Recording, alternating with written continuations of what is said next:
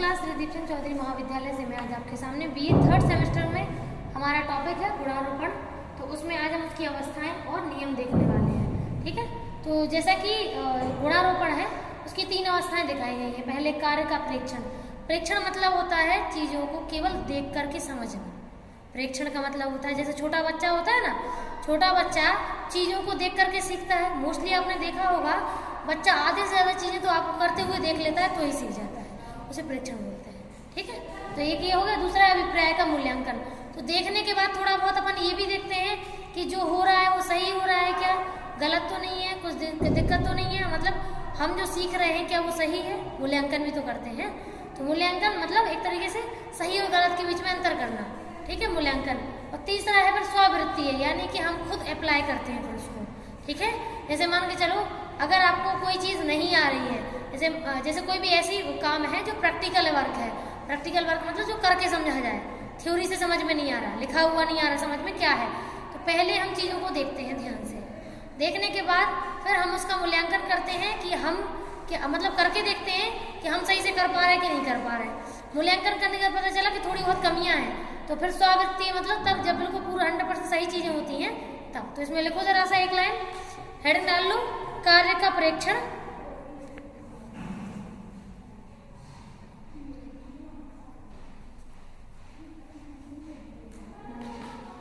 कार्य का प्रेक्षण इसमें लिखो। गुणारोपण का कार्य, गुणारोपण का कार्य गेम्स में भी है और देखो,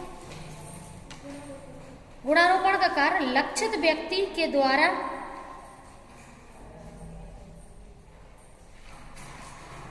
किए जाने वाले कार्य को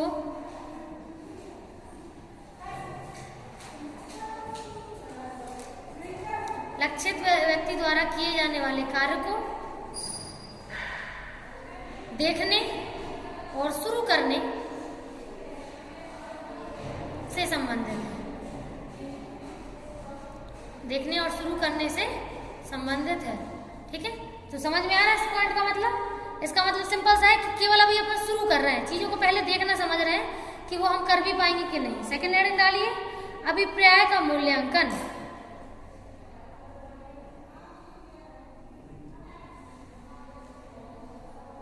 प्रेक्षण करने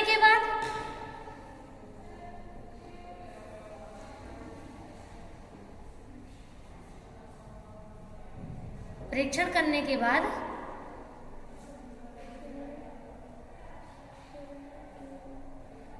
उसके उद्देश्यों को समझना।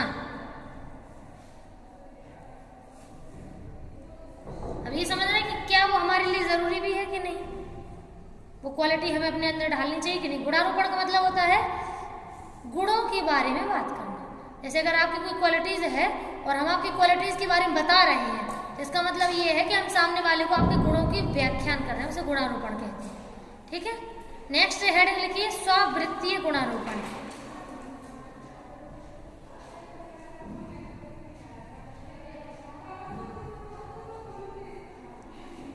इस अवस्था में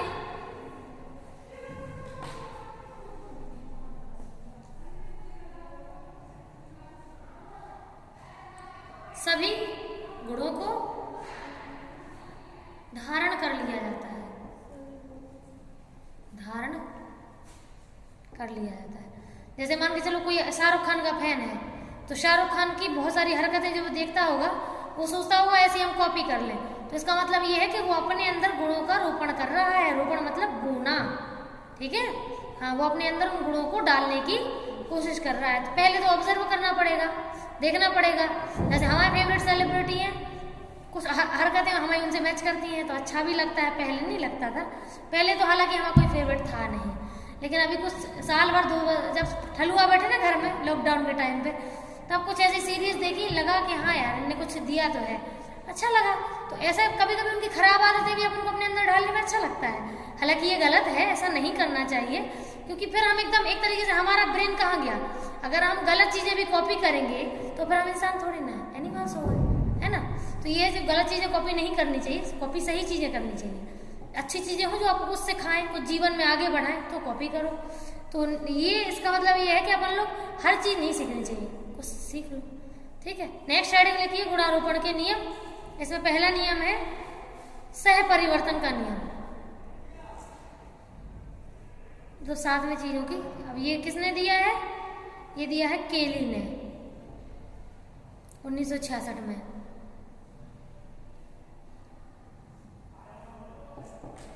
इसमें लिखो केली 1966। एक घटना से यदि दूसरी घटना जुड़ी हो, नहीं, एक घटना के साथ यदि दूसरी घटना घटित हो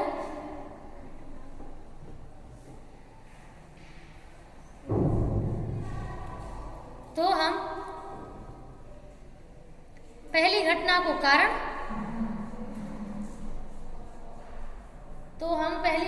कारण, और दूसरी घटना को प्रभाव मान लेते हैं, प्रभाव मान लेते हैं। ठीक है,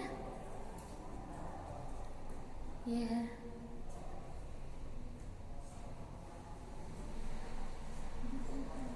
प्रभाव, जैसे मान के चलो अगर सिमरन कॉलेज आ रही तो रिया भी कॉलेज आएंगी। इसका मतलब क्या है कि कारण सिमरन थी और रिया प्रभाव थी। समझ में आया कुछ? तो एक चीज अगर हो रही है तो उसकी वजह से दूसरी भी चीज होगी साथ में, तो वो होता है। तो ये किसने बोला है? सह परिवर्तन, मतलब साथ में परिवर्तन होना, एक साथ परिवर्तन होना दो चीजों में। अगला लिखिए अत्यांतिकता का सिद्धांत। अत्यांतिकता का मतलब होता है अधिक होना।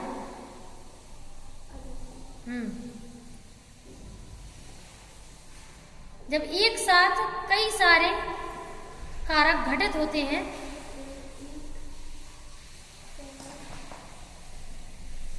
एक साथ कई कारक घटित होते हैं, उसका कारण एक ही होता है।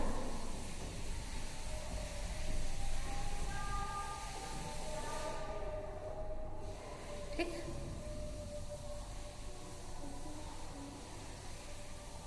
नेक्स्ट है डिस्काउंटिंग का सिद्धांत।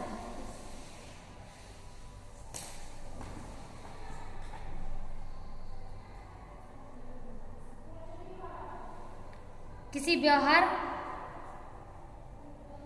या घटना के घटित होने से पहले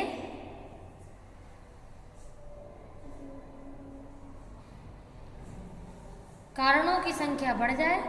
किसी व्यवहार या घटना के घटित होने से पहले यदि कारणों की संख्या बढ़ जाए, मतलब बहुत सारे कारण हैं, जाने से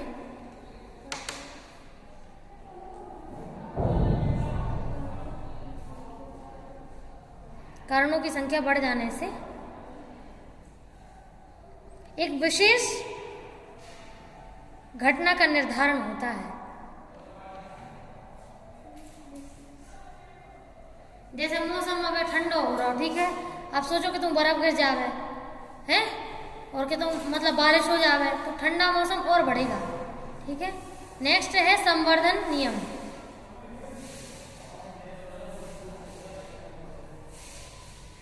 यदि दो प्रकार के कारकों की कल्पना की जाती है,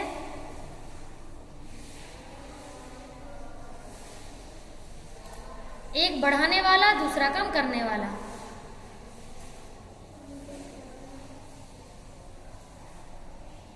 तब कल्पना की जाती है एक बढ़ने वाला दूसरा घटने वाला,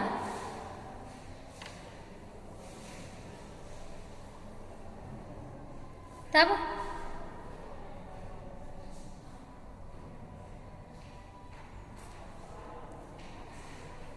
अवरोध उत्पन्न होते हैं।